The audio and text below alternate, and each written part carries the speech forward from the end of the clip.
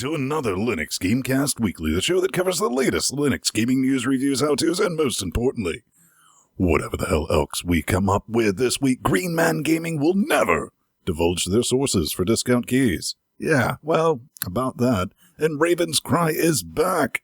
Get ready to spool up your Streisand drive. Unity mixed with the Linux updates, and quite frankly, we're all shocked. And Falcon Northwest stopped selling Steam machines that no one would ever buy in the first place. NVIDIA updates their legacy and log-lift branches and leave us hanging for an extra 3 days to update the new branch. Valyria Tears ain't dead yet. It's basically going through the grieving stages for its inevitable demise, though. I've been Stone, here at LGC Actual, switching the bits, joined every week by a tame Canadian stop-motion podcaster and all the way. Hello. It's Pedro Montes, and together with Chat Realm Dynamic, we do form just that little special bit of a cocaine Voltron. Before we get started, we'd like to see what's going on in each other's life organs. Gentlemen, it has been a week. Something we've been playing around up here. We upgraded a hosting box. We got the SSL certs in there. There's still a little bit of effery that we need to sort, but it's well underway, and that should be done by mid-next week. What's up, J-Baby? Oh, I don't know why I'm stop motion. I'm sending you like 300 kilobits. The mysteries of the internet. Yeah, nothing really much this week. Got an x-ray because I got some random shit in my chest, so hopefully my heart doesn't explode. But if it does, I hope it's on camera, because that's going to be good fun. Yeah, good times abound. Me, well, not much really. It's just been work and playing this week's game for review, which is, well, yeah, we'll get to that later on. Well, something that is always up for review every week is the horse. Yeah, you see, the horse is kind of tired of our shit. It's putting a stop to this whole Linux thing. It's our SteamOS update. Yeah, but Falcon Northwest, you might remember them from their exorbitantly expensive Steam machines. This is from VentureBeat.com, and they are a little upset with Valve after... Let's be real. They botched the SteamOS launch last week. That was complete trash. No one's buying their product. And VentureBeat, being, a company who is interested in making money, has decided to stop shipping PCs with SteamOS. I don't think VentureBeat was shipping the... Oh, no, it's Falcon Northwest. Derp. Yes. Slide I did say that earlier, but fuck you. Anyways, I mean... You can't really blame them for this. If no one's going to buy their product, why would they sell it in the first place? Not so much blaming Falcon Northwest on this. It's kind of their fault because these Steam machines that they were selling were hella expensive. But yeah, no. With Valve completely not promoting SteamOS from the get-go on our last week on November 11th, was it? It was supposed to be 10th, but they pushed it back to 11th. Their laissez-faire approach just completely failed. I don't know. I mean, I was definitely looking at that. My first thought was, I was like, but my second thought was, you know what? Smart company is smart. I mean, they kind of looked at that and can't really blame them because, as J-Man was just saying, the extent of the promotion was like, yeah, it's available. And, of course, Sandy just went squee and bought one. And that was definitely a thing. Sandy bought one way the fuck before that even got announced, man. Right. Premature squeeze. Never pre-order, kids. But yeah, I do have to wonder, did these OEMs not do research on Valve's history? Remember when Steam itself launched? Everyone hated that crap. It wasn't until like 2008 that it became widely accepted and used. I say that it'll take the Steam machines another 5 years at least before both Valve get off their ass and do something about them, and until people start seeing their value. But to mention this specific article, there's a bit at the end there where it's not a quote, it's actually the guy who wrote the article that says, right now, for instance, you can only use one graphics card with SteamOS, and users also can't use more than one hard disk drive on a system with the SteamOS. Jordan, how many graphics cards are you running right now? I'm going to say 1.5. So 2, basically. No, 1.5. All right, speaking of 1.5, though, but I kind of wish they'd held off with the launch of the Steam Box. Like, maybe we could have had Wayland. I mean, I'm Crazy Sauce. I mean, Mir, right? That's going to be the takeoff thing. And we also had Vulkan ready. Maybe pushed it back another year. I think it was kind of a premature product. Yeah, launch. I agree with you. Maybe wait until a couple years further into the current gen's life cycle so that people start getting tired of their consoles and looking for new shit, as opposed to 3 when they're still putting out new games that are quote unquote pushing the requirements. But anyways, Ben, you wrote us a little song here, didn't you? Yes, yeah. a song. Spring won't come, summertime, right? Green Man Gaming defends itself against gray market key claims. That's racist. Well, there's been a bit of an update, but we'll get to this. Basically, what happened is, what was it? Our game deals. Game deals. Deals. Yeah. They basically, Or a lot of people were having problems with some keys being sent out, and they were invalid. And they came back to Green Man, and they're like, hey, guys, yeah, you kind of need to disclose where these keys are coming from. Green Man's like, you know what? F you, went stereo. It's never going to happen. Then that subreddit, which apparently made up a lot of their revenue, went, you know what? Nope, suck it. And Jordan, they kind of came back with a... Yeah, they pulled themselves 180. So the exact quote that they've put out now is, we know you want great games at great prices. In response to your feedback of threatening to not buy our products, we are rolling out from today on the Green Man Gaming Store. You will see our pages now have 2 new pieces of information. 1, when you can expect the delivery of the key, and 2, the source of the keys. Now, Ven says this a lot, and I fully agree with this statement. Never double down on stupid. You see, on the internet, people get really, really, really mad over relatively small problems. But when you're a gray market vendor that is possibly not selling legit keys, and people are starting to clue into that, you might want to start to dissuade their fears with actual facts before they freak out and, stop using your platform. Am I right? Am I wrong? No, you're not wrong. But yeah, you could hear the screeching as their pretense of legal confidentiality was brought to a screeching halt, along with most of their traffic and sales, because they went from, oh yeah, we're not going to tell you where our keys are coming from because that information is classified between us and the publishers and legal reasons and whatnot, to we're totally going to tell you where they are. Yeah. I mean, this all started way back when with The Witcher 3, and they couldn't, they have done, I've always considered Green Man Gaming like the least sketchy third party. Of the sketchiest. Right. And it started with The Witcher 3 when they couldn't secure enough, so they just went out and yoinked however they did that. And yeah, that's kind of catapulted from there.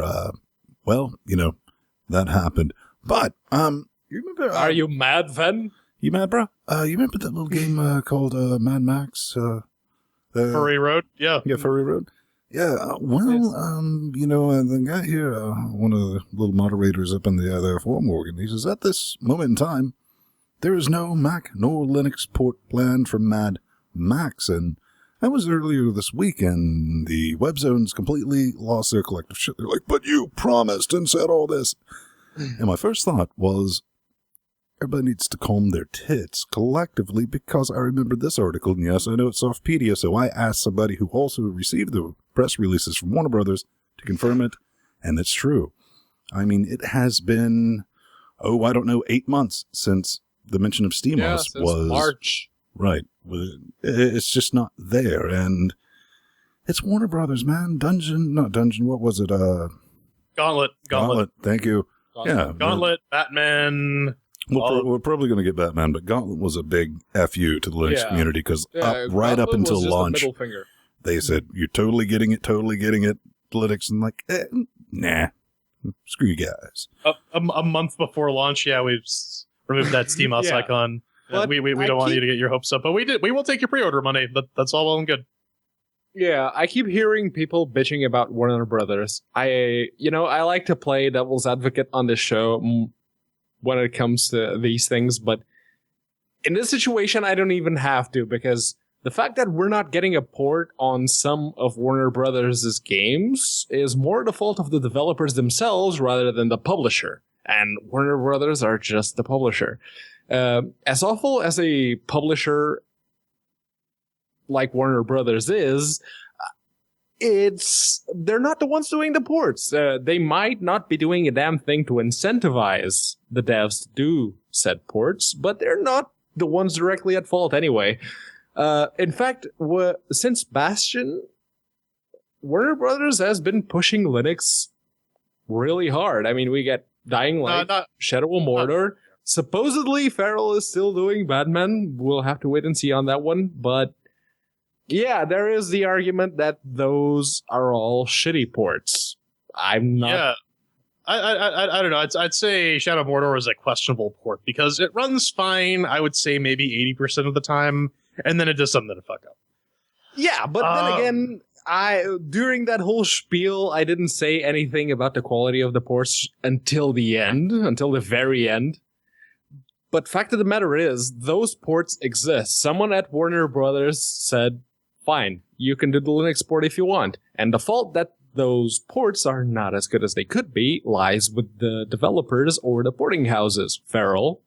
I do agree with you, though, that Warner could be doing a lot more to incentivize their devs to actually push out Linux builds, especially with that whole sort of back-channel negotiation thing we saw with Valve earlier this year. But ultimately, there is a takeaway for you, our lovely viewers, our lovely users of Steam for Linux. Don't pre-order shit.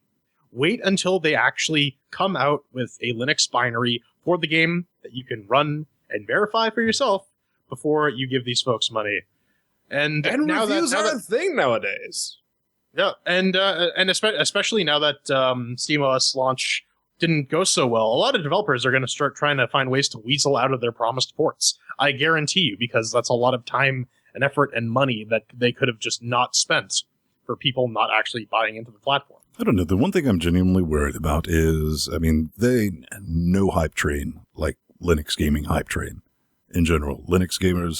Because we're so desperate, we are. Yeah, I mean, we're going to get out there and champion. It was like, yeah, it's going to be great. And I never want to get in a cycle where they go, well, hey, that's a viable free market. Let's tell them they're going to get it. Then we'll say, oh, because reason X, we can't do it. Then everyone's like, okay, that's fine. No, pitchforks, motherfuckers. Jump in their business. Yep. But Empty just showed up because I want to bring this up because Speaking of pitchforks, put this business in Shot Realm, and I went and looked and I was like, oh, wow, it's here. Vendetta, Curse of the Raven's Cry, it's back. And if you're looking for the old game with the horrible reviews, that's because they deleted the page, and now this one took its place. If you're looking for gameplay video of this, you're not going to find it, Brad. I mean, it is genuinely just pirates dancing. In-engine, pre-rendered cutscenes. That's all they have. That is it. It is currently 10% off, $44.99. What is it? You never heard of it? Curse of the Raven's Cry is a third-person open-world action RPG that everyone universally lambasted as being horrible, busted, and completely unplayable with game-breaking bugs.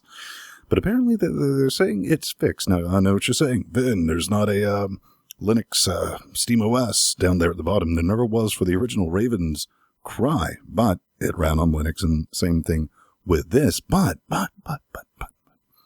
with all those horrible reviews, I mean, this thing was tanked. And let's just be honest with each other. The whole purpose of this wiping the old store page and doing this was to kind of cover that up. But, you know. Oh, yeah, whitewash all the things. They've already started locking topics. You know, same game fixes, no reason to remove previous version to hide the reviews. Oh, Streisand effect in full force, man. Oh, remember, yeah, the internet never forgets. And if you try and pull sketchy shit, they will lash back out. The best thing you could ever do in this situation is say, listen, we admit we fucked up. We were wrong. We're sorry. We're doing our best to make amends. Maybe slash the price on that fucker by about 3/4 because no one wants to pay $60 for a game that was once broken that is supposedly fixed. But you know what, Brad? They didn't. So now they get shit on because the developer, they're stupid human beings. He wrote, this is not a fix. This is a double content of Raven's, also known as DLC, Brad. So is yes. Actually, Pedro, you have an interesting story about this, don't you? Oh, yes. Yes, I do. You see, I did a little email swap with the devs asking for the review keys and everything else. And they never did give us keys yet. But one of the devs did reply to one of my emails saying that, when I sent them an email saying, yeah, you guys are getting a lot of bad press right now, and we're fair. We don't promise that we're going to love your game, but we're fair, so if you give us review keys, we will respect that. And the dev came back to me and said, besides a few assholes posting a bad review after 10 minutes playtime on Steam, I have not seen any negative reviews. There are currently 7 on their Steam page right now. To be honest, I have not seen any review, and as the game was released yesterday, I do not think that it is possible that someone really reviewed it, because below 30 hours, it will be difficult to play it through. Oh, so you're saying your game only gets good after 30 hours of playing it? That's saying you put your hands... I love working for the actual gameplay. That's why Trine 3 got such a good score. That's like saying that if you put your hands on an open flame, after a while the pain goes away. Yeah, it's because your nervous system is shutting down. You've already done irreparable damage to yourself at that point. But he continues, in my opinion, the now released Vendetta is a good game. Okay, I only produced 500 games the last 35 years. You didn't say they were good, Brad. No, again, I too can write tic-tac-toe in BASIC. It's very, very easy. That is but here's the Linux bit. Here's the Linux bit. But I also must point out that the Linux version is not tested on many distributions, and I am absolutely not familiar with Linux. That's a good sign. That's very good sign. Vote of confidence, LGC%. Just pick it up. Just buy it. Don't worry about it. So, make sure you play it for 3 hours. Just take that $60 because you might think I'm going to burn this money and get better value because at least it will provide warmth and energy. No, dude, just drop your 60 on Raven's Cry. Oh yeah. But speaking of games that didn't completely suck, The Last Federation. They have released their last bit of DLC and their collection, as it were, which is a bundle which includes the base game and all the DLC. And what is it, seriously 3 screenshots of Spreadsheet Simulator? I mean, yes, yeah. it's a turn-based strategy game. So yes, yeah, this is that semi-turn-based strategy combat game that we with the Hydra, Hail Hydra. Yeah, Hail Hydral, not Hydra, Hydral. I said Hail Hydra, Pedro. Blam. Fuck you. But yeah, we did throw chairs at it, but it wasn't very well received with us. But the dev did offer to send us keys for the new bit of DLC if we wanted. We didn't. But yeah, it is there. If you like this game, you can currently get the full version for... Let's see, it's currently €22.99 over here. How much is it there with you, Ven, for the full collection? 24.99 wet stinky cash organs. No, the full collection. Oh, it's the next tab. 24.99 wet stinky cash. Okay. Oh yeah, so about $25. Numbers, bitch. So it's okay. They haven't invented math in Portugal. One thing that really did stick out to me, though, is that he added this little bit of a quote. He says, the expansion is focused on filling all sorts of small pieces of the game that could use a bit of extra content. Why are you charging for it? Shouldn't you just patch that into the game gratis? Because you're saying that... I mean, that wording kind of makes it seem like you should have had it in the base game. Exactly. I mean... Oh yeah, no, we're sorry that we put some unfun portions of the game. Give us some money and we'll fix those. Yeah. Ransomware. But, yes. But coming up next, NVIDIA releases some drivers in weird reverse order. And, Barracuda.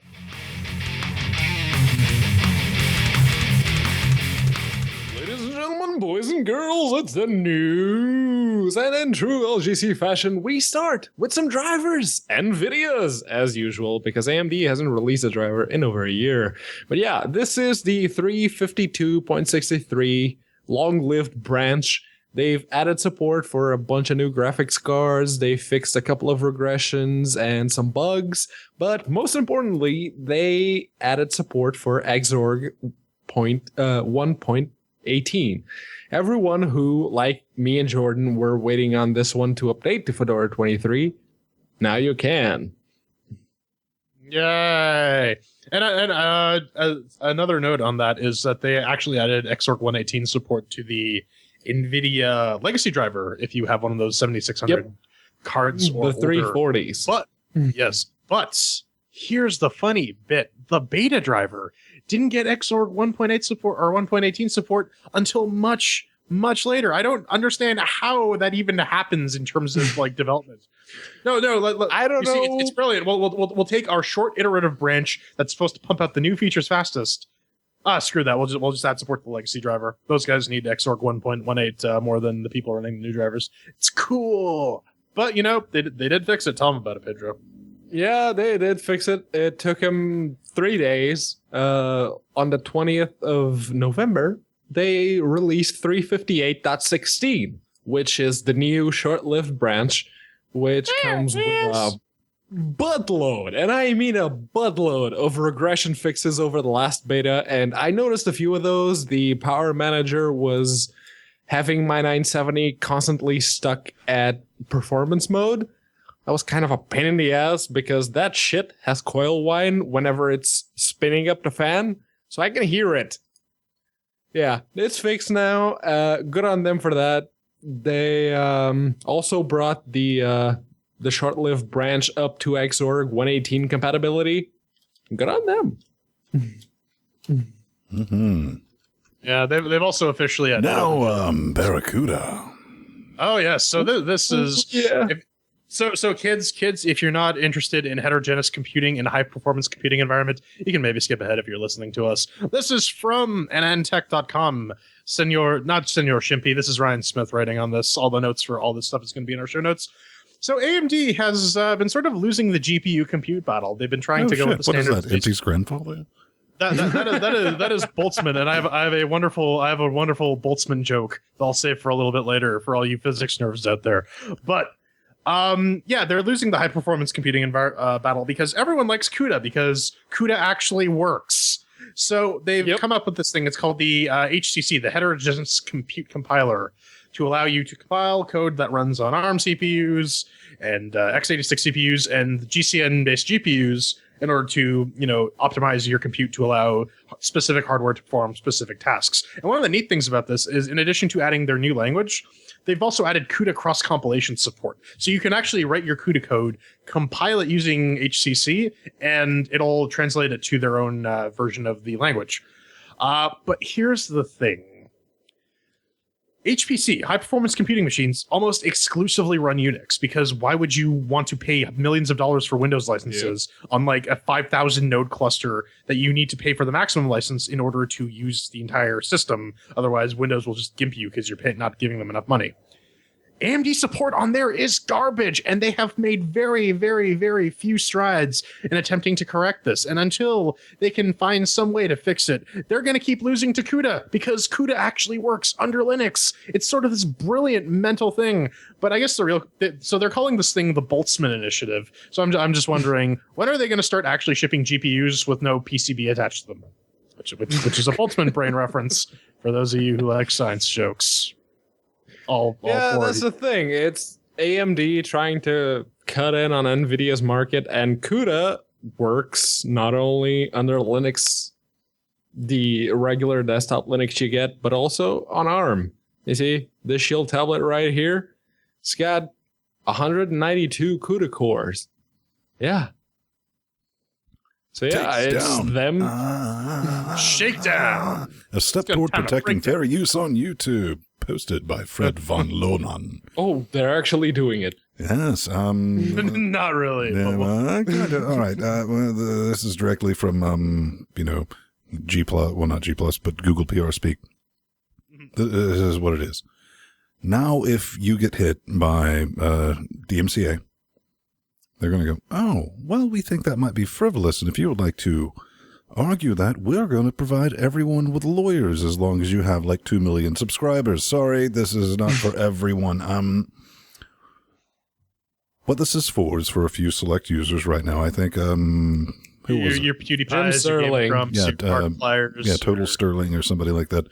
Jim Sterling actually got one of his videos to be used out of the 4 that are currently used as examples for this specific and this situation. is a real, genuine mothering problem. Activision, we don't have copyright strikes against our account, but they've claimed 3 of our videos because we dared show a trailer for their game while we were reviewing their game. And I'm like, I'm not even going to fight that.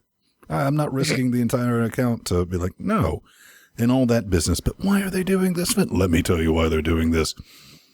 Now that there's some alternatives to YouTube, and they're just growing, they're coming out, the big channels are threatening to leave. And, it's because of this just flood of false DMCA. I mean, people have businesses for that, and they just want to collect money.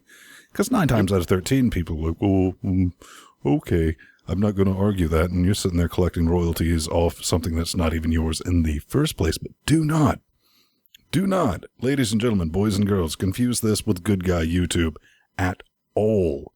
They're not getting rid of Content ID. They're not getting rid of all the other draconian copyright stuff that is constantly screwing over legitimate users trying to post parody, criticism, or any other number of fair use items that you can actually put on YouTube.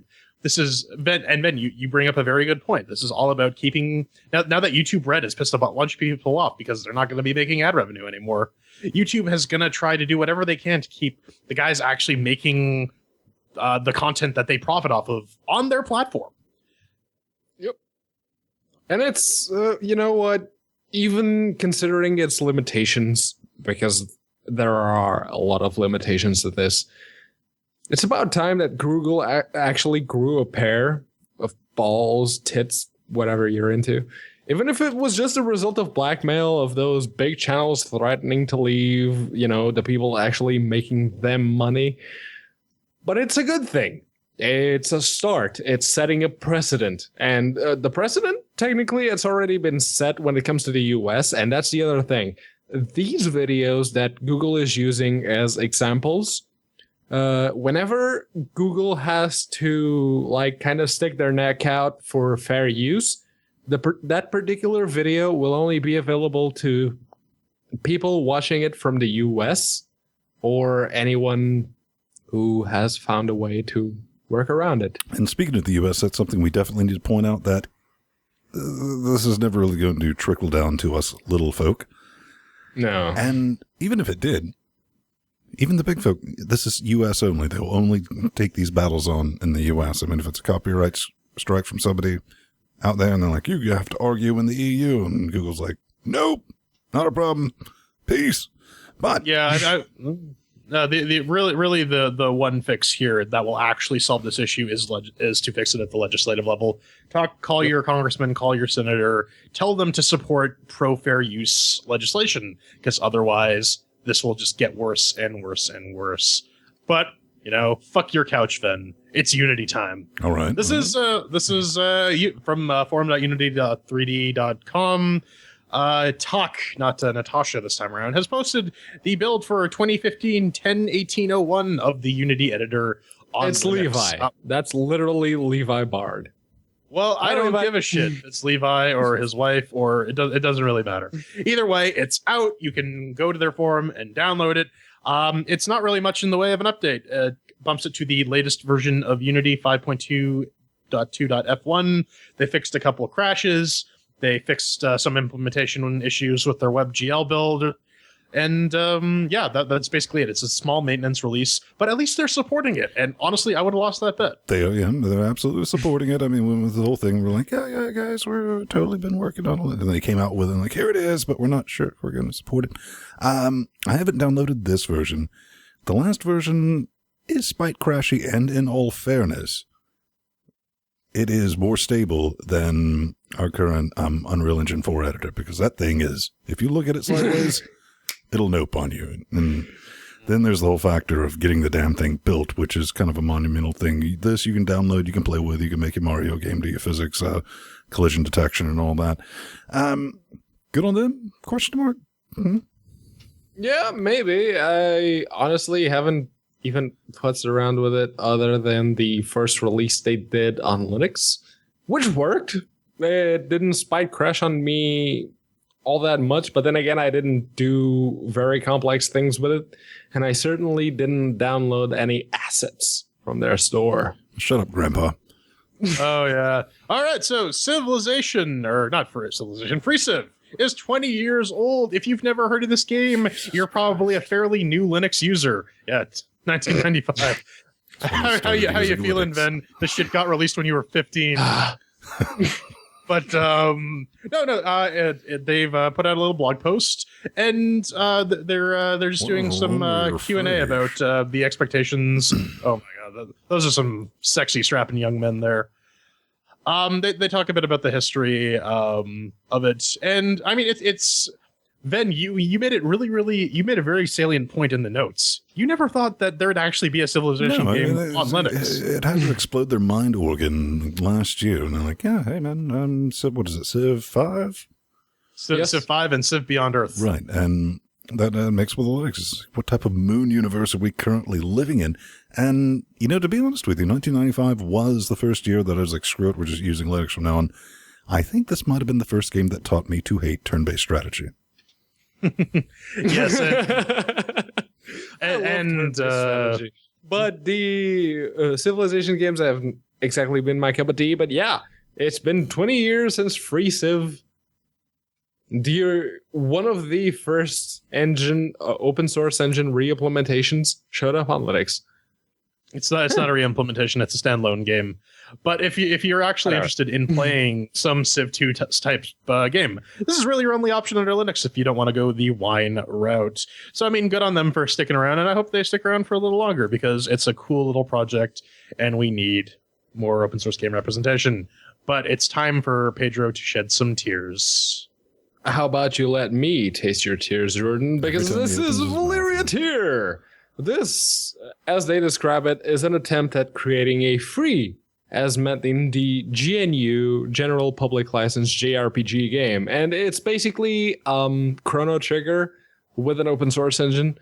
The last time, it's actually been a year since we last talked about this particular project. And it seems to have been similarly as long since their last bit of news as well. Yes, there's a lot of Flash. Videos that's none of that's going to happen, son. Yeah, there's a lot of Flash in their website. Yeah, kind of funny for an open source project if you think about it. Mm-hmm. Yeah, it's been a while since they've posted their last update, and the new one actually updates the code to C++11. They fixed the battle animation scripts. They implemented the I can't be arsed with combat button, which basically just whenever you get to some combat. It's the auto battle functionality from every single Final Fantasy game ever. Well, every single one after Final Fantasy 12. No, I think they had auto battle in 4. Nerds. No, they didn't. I played 6, 7, and 8, and they didn't. Oh my god, who the hell cares? Anyways.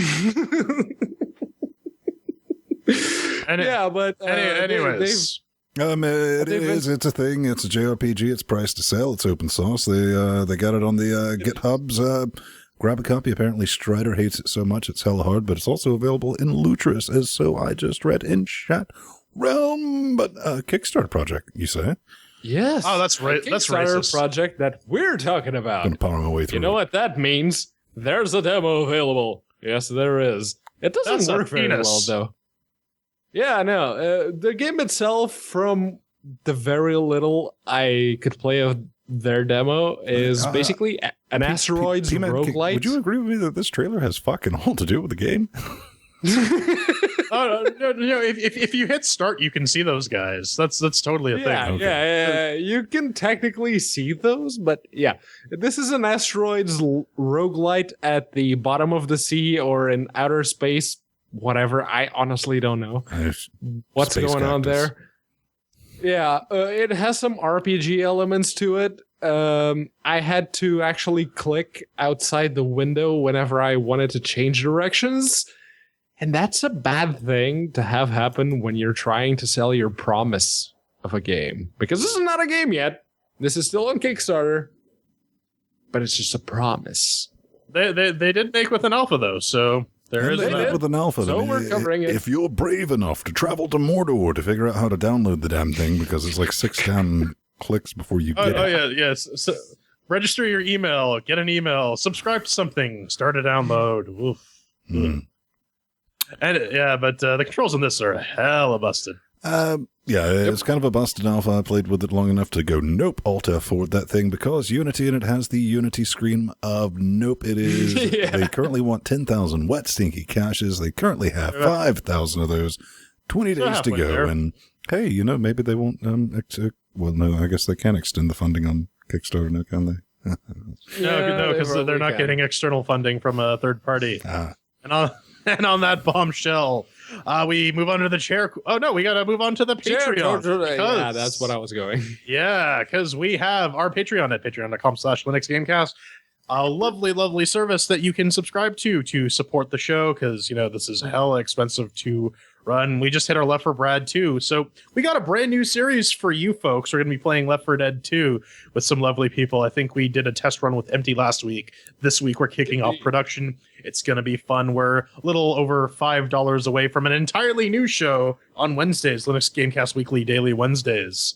But some lovely people decided to give us some money. Hertz Evandro, you might have heard of him. He upped his pledge, and Eric also gave us some money.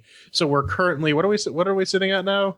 144.79. But yeah, ladies and gentlemen, there's something the Patreons are like testing out a new number rhythm. It's kind of like an algorithm, the blurb. What about an algorithm? An algorithm, algorithm. What it's doing, I mean, sometimes you'll see, we didn't know what was going on like early last week. I'm like, maybe it's just a caching area. What they're doing, they're kind of tabulating and showing you what we actually get. I mean, it takes into account for the PayPal credit card fees, plus people who pledge a certain amount of money, but then they also set their cap lower than what they pledge, which I don't know why that's even allowed. So if you see the variations between that, and if they stick with the lower amount to showing you what we normally get, which is about $20 less than what the number shows because of all those fees and all that business, we will adjust our goals. We're not going to like double dip with a Kickstarter and a green light. I mean, we'll just redo the goals so you can do all that. Oh shit! I gotta go talk to Steam to get our show delisted from Greenlight, because I put a text file up there, and I thought we could get some funding, but J-Man, you were saying we did a test run Thursday with Empty, Pedro, and myself for Left 4 Brad 2. Spent some time with it. Had to deal with a lot of issues with that. It was a test run. Sorted it yesterday. I spent most of the day Friday getting the recording set up and all that. So it'll be a nice, smooth, fun experience, and good times will be had by all. Sweet. Right, so coming up next, we play Shug Knight Simulator and dangle some fuckers outside of buildings. It's going to be good fun.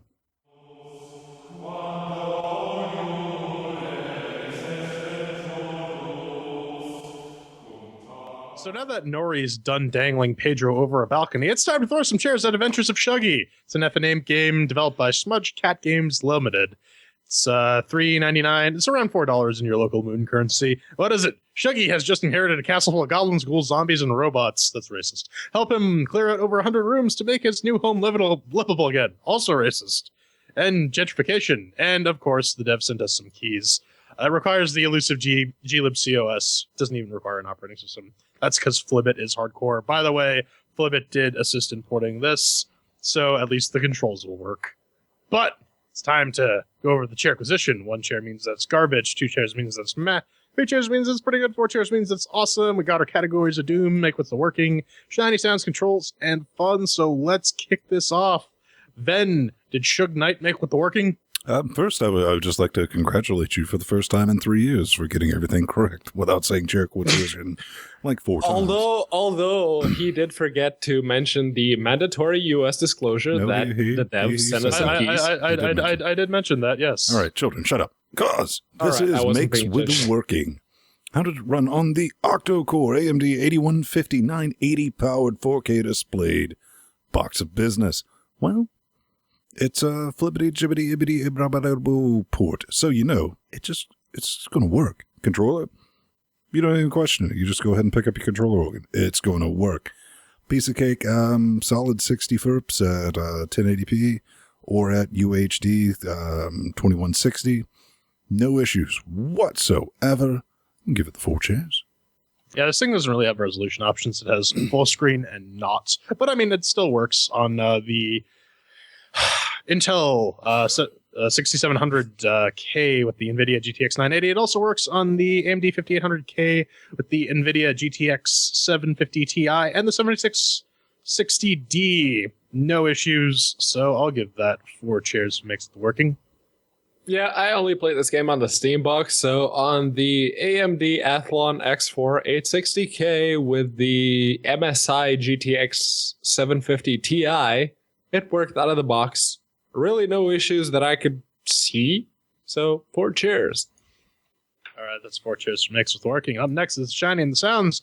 Then, does it sparkle like diamonds? It's amazing. All right, maybe amazeballs is too strong a word. Here's the thing. You know, it's trying to be a cutesy little platformer, and you know what? For the most part, it manages. I mean, considering this was an XBLA game from 2011, you kind of got to say it holds up. I mean, it doesn't look bad in 4K at all. I mean, it's not hella pixelated. It's not hipster pixel. It's clean, old school mechanics, and, well, as for the sounds, they're there, and the soundtrack is like, oh, okay. I mean, it's something to listen to when you pick it up, because we're getting further down. It's something you pick up and kind of put down. But the one thing that was a little hella annoying was when Super Mario jump sound on a budget. I was like, I've heard that before, only better on an 8-bit system when I was 8. So what, in the 1950s? 13, 14, somewhere around in there. I'm gonna ding it for that. Well, all right, I'm not really dinging it for that. I mean, it's just not, ooh, this is new and this is exciting. It's competent. 3 chairs worth. Yeah, I wouldn't go so far as to say 3 chairs, but yes, in terms of the XBLA game, it's par for the course. You're not getting anything that pushes the medium. That's not necessarily horrible either. I kind of zoned out with the sounds because I don't really pay attention to sounds when I'm platforming, but they are certainly there and they work. It's no crackly mess. But like I said, it's competently done, but that's really it. There's nothing more to say about that. So 2 chairs for Shining Sounds. Yeah, the sounds were there, all right. They got muted in less than 10 minutes. Both the background music and the sound effects. I could not put up with that shit. The art style, again, certainly there, but it doesn't really speak to me. I mean, I get it. It's stylized. It holds up, but it doesn't really do anything for me. So 2 chairs. All right, that's 2 chairs for the Shiny and the Sounds. Up next is the Control. Now, this is a bit iffy because it's an FNA one, but we'll get into that a little later. Then, Control. It rumbles, and that's kind of a big thing. I mean, it's so far in few between that we get a game that actually rumbles, and it's usually when Ethan... It's a flippant port. Right, of course it rumbles. Makes a port, and good Lord, do I screech when it actually rumbles. Jesus, the fuck? Oh, right. Throw that fucker out the window. It's like, ah! And it did, so good on that. And, okay, there are only 2 reasons you would make this work like it does, because when I say that, I mean Shuggy, Shug Knight, we're just going to call him Shug Knight from now on, he auto-accelerates. And this is going to go back to the Super Mario Brothers, and don't call it Mario Brothers or I'll say disparaging remarks about your mother. They even had that right, with just 2 buttons, because one of them was to accelerate, the other one was to regular run. This just does it automatically, and there's only 2 reasons you do that. 1, you can't physics, bruh. Maybe you can, but I don't think that's the case. Because 2, the other reason you might do that is you wanted to create a rage platformer and get some of that sweet, sweet YouTube coverage from back in the day. You got to remember, this is 2011. I don't know if Twitch was around. If it was just in its genesis. But that said, you know, I'm guessing it was the latter. I mean, it was to induce the rage of like, oh, God, happens. Been there, done that, said horrible, horrible things about this game while I was playing it, because it's just like, oh, it's slippery and slidey and all that business. Cause basically what I'm saying, yeah, the controls, they are wrong and gooey, and it's on purpose. But I don't fault it, because it shows you that out of the box. It's like, you got to learn this. You got to spend some time with it. You got to think about it. Use your brain organ. Like, okay, we're going to find a way to work around this, and it's not unmanageable. So I'm going to give it 3 chairs. I mean, it's not perfect by any stretch of the imagination, Oregon, but I mean, they're there and they're competent. Okay, so to their credit, the controller actually works. Like, if you're dealing with just input mapping, yes, you would get 4 chairs on that because it's an FNA port. Ethan does a lot of work with SDL2 to make sure that every single Moon controller is supported, and that is the case. I tried it with the Steam controller. I tried it with the PlayStation 4 controller. Good God, do not play this game with the Steam controller. That's just nightmare fuel. You need D-pad level precision if you want a hope of solving some of these puzzles. Quote unquote precision. The stick on the Steam controller does not really lend itself, especially because you sort of have to tilt your hand in order to get good access to the analog stick. Why come level select is right trigger? That just does not compute. That is not compute. But beyond that, the controls are sanely mapped. I mean, they're consistent. Right trigger is your modifier and A is your jump. That's about it. But dear God, those Moon physics, it is just annoying. They will just kill you to death because, I guess I accelerated a little too much. I had to jump about a millisecond earlier. No, it's not good if you want to actually play a platformer. So I'm gonna give that 2 chairs. Yeah. Here's the thing. Before I get into the physics of it, there are no rebindable controls in this game. None. Whether it's for the controller or for the keyboard and mouse, you don't get them. And like both Ben and Jordan already mentioned, this is perhaps the worst offender when it comes to platformers with floaty physics. Remember Slinky, that game developed by some Portuguese guys?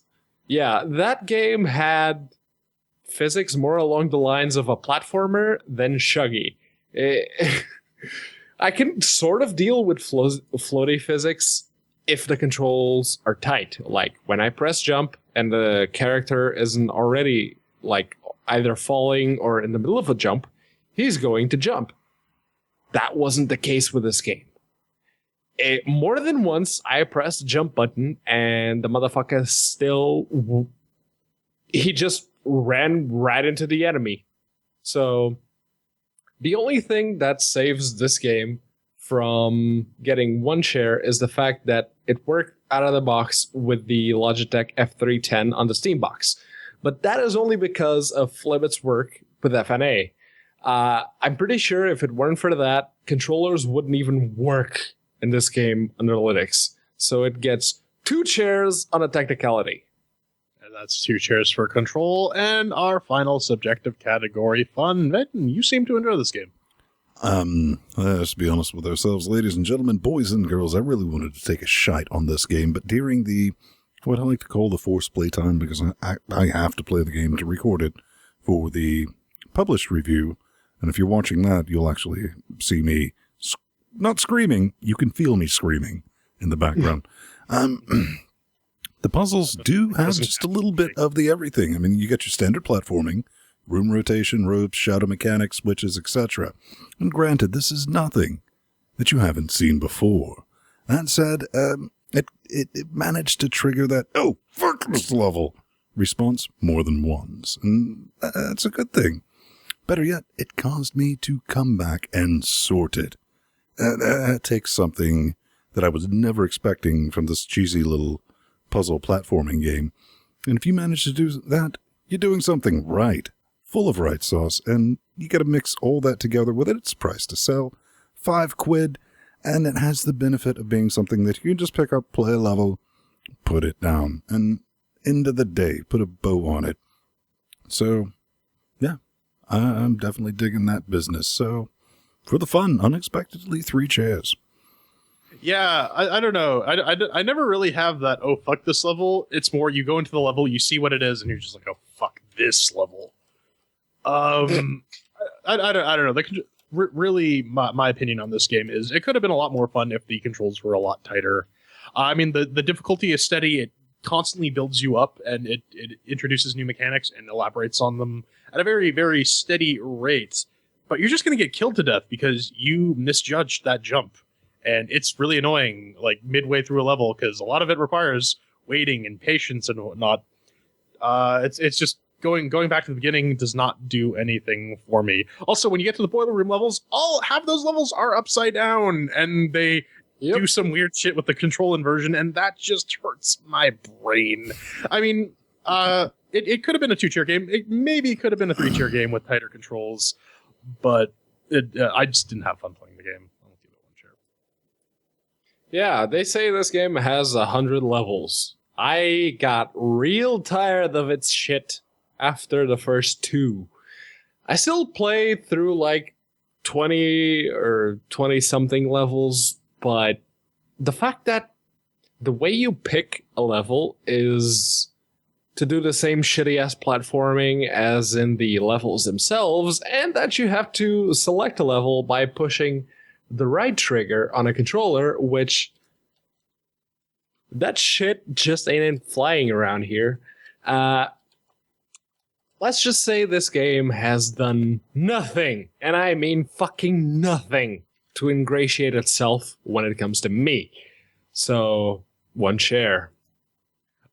Just as a final point before we get to the actually, it's 1 share for fun. But Dust Force did the whole platforming as level select thing, and I didn't really mind that. I actually kind of liked that, but I was but the controller scheme on that one was reliable. Yes, and controls were tight in Dust Force again. Yep. So that's, if we tally that all up, it is 2 chairs for the CHAIRQUISITION on Adventures of Shug Knight. Gentlemen, final thoughts. One thing that was kind of fun is, well, for me, it was kind of fun. I mean, it was irritating, but it did add to the challenge of the game. And actually, it really, like, laser beamed my attention was insta-death. I mean, there's no life meters. You touch the wrong thing, Brad, and boom, you're gone, you're out, and you got to restart everything over. And it makes you sit there. And I mean, it really gave me that sense. It was like, all right, I need to think through this. And it irritated me several times. It made me almost rage quit a couple times. I was like, But then again, I came back, and that happened. I mean, I will say then you brought up a really good point in the fun section. The levels, you can complete them in about a minute once you figured it out. So it really does have that nice pickup. And it has leaderboards. It does have leaderboards. Yes, you can compete with your friends. But again, it just comes back to the controls and the physics are just abysmal. And if they ever fix that, I think this would be a really fun game. But like I said, I just really didn't enjoy it. There's a lot of potential there, and I started to see what Ven was seeing after about 30 minutes of gameplay. But at the same time, it's just having to deal with that shit is not my idea of a fun time. Pedro? Yeah, I like leaderboards. I do. I mean, if you happen to get into some distance and you see my score and Ven's score, we'll see that we're always kind of there trying to beat each other's time. But I'm always in first. This game, I just could not be asked. It's... Okay, maybe it's just the fact that I played a shit ton of platformers back in the 90s and I just can't deal with them right now unless they have something to set them apart. But this one is just... The physics are completely wrong. The controllers are improperly mapped when it comes to me. Yeah, maybe I'm on one of those offshoot cases. I don't care. If I can't enjoy your game, I can't actively recommend it. So no, even at €3.99 euros as it currently stands, I can't. No. All right. Well, that's Adventures of Shug Knight. Coming up next, you see the 3 whitest guys on the internet attempt to rap. It's going to be super racist.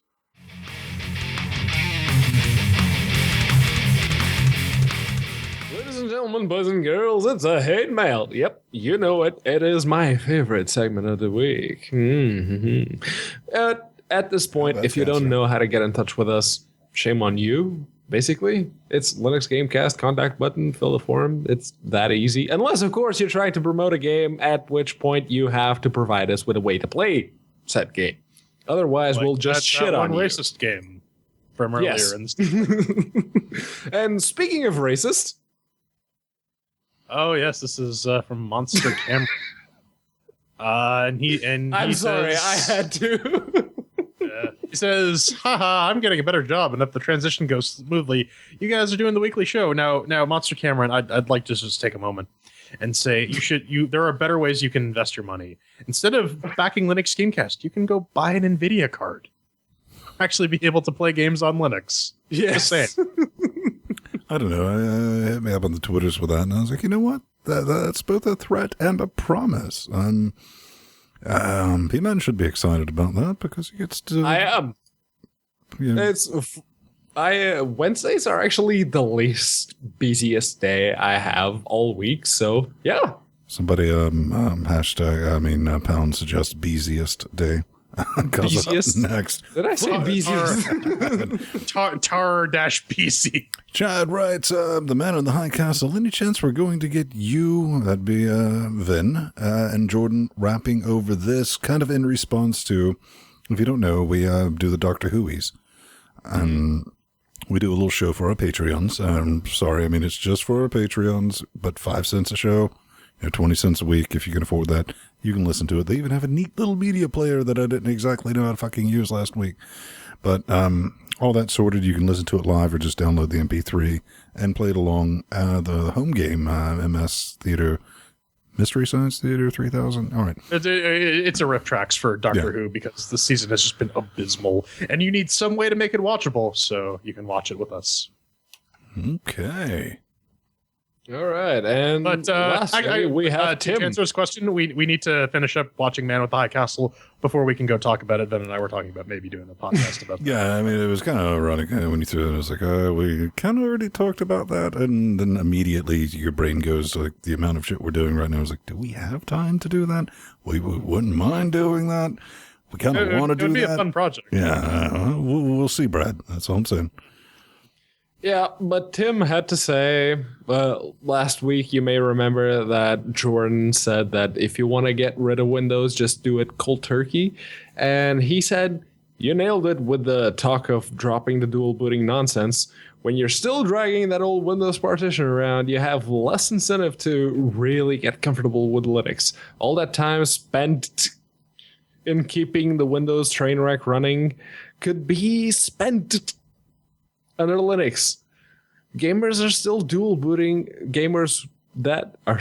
booting need to be made aware of this wastefulness. Today, with Steam on Linux, help sites, and so many great Linux podcasts, LGC not included, we love you too, available, it's easier than ever to get rid of Windows for good. Tim. Well, he brings up some valid points, and really all your Windows partition is doing these days, unless you have some work-specific need to keep it around, is wasting hard drive space that you could use for other handy-dandy Linux applications. Oh, yeah.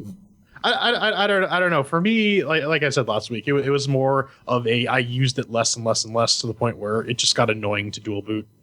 Because it's like, I got to reboot my computer to play a game. I got to go back to do some work. I'm just going to stay in Linux full time.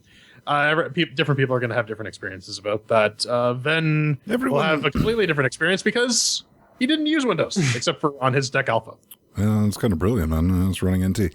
Kind of like with consoles. We were talking about that during a segment. If you're watching live, you can listen to that. You can probably still go back on Twitch and find it if you're really quick. Here's the thing. It's like with console users. If you're playing games on consoles, man, me and you are bros. Or sisters, or however you want to fucking put it.